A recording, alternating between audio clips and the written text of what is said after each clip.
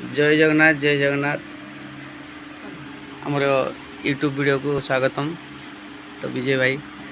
आज मोर गोटे भौणी गोटे बहुत दिन गाँव रे से भौणी ये पाखर रही से अवश्य निज भौणी नुहे आमर पड़िशा गाँव रमर गौड़ भौणी गोटे साई बाबा को बहुत भक्ति करती भल पाती से भौणी आज निज परिवार को सी खोजी पाई झील जई नहीं कि गोटे बुलते आसती बहुत गोटे खुशी मुहूर्त एटा गोटे खुशी कथा जहाँकि सी भौणीटे मो निजर कथा निजर उपदेश को सी एभलिया गुरु ज्ञान करके मानी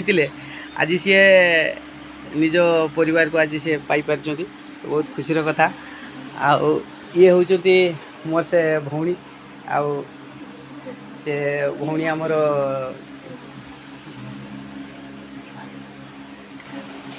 से भौणी आम जुआर हेले ता सहित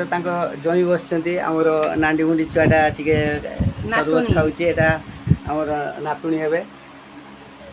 निहाती बहुत खुशी विषय आज से परिवार को पाई बहुत खुशी रही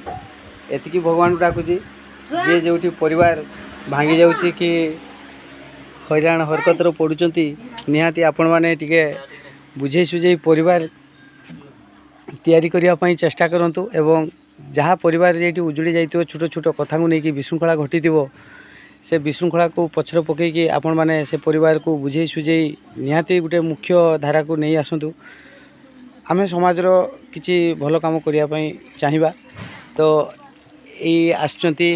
आमर से आम भौणीकर झील पाखर फेर गोटे झील सी जाकि झीर बाहागर करके नाती नातुणी नहीं कि पहुँची ताने दीर्घ प्रायतः 10-12 वर्ष तलर घटना ये मो भौणीटे ये भौणीकर झील बहुत खुशी महल गोटे आज माने बहुत खुशी लगुच आज जाओ ओडिशावासी को बहुत बहुत धन्यवाद। ये जो कौन परिवार नष्ट हो जाऊब आपण मैंने साहाय्य करंतु एवं परिवार को निहाती सजाड़ी दिंतु। जय जगन्नाथ जय जगन्नाथ।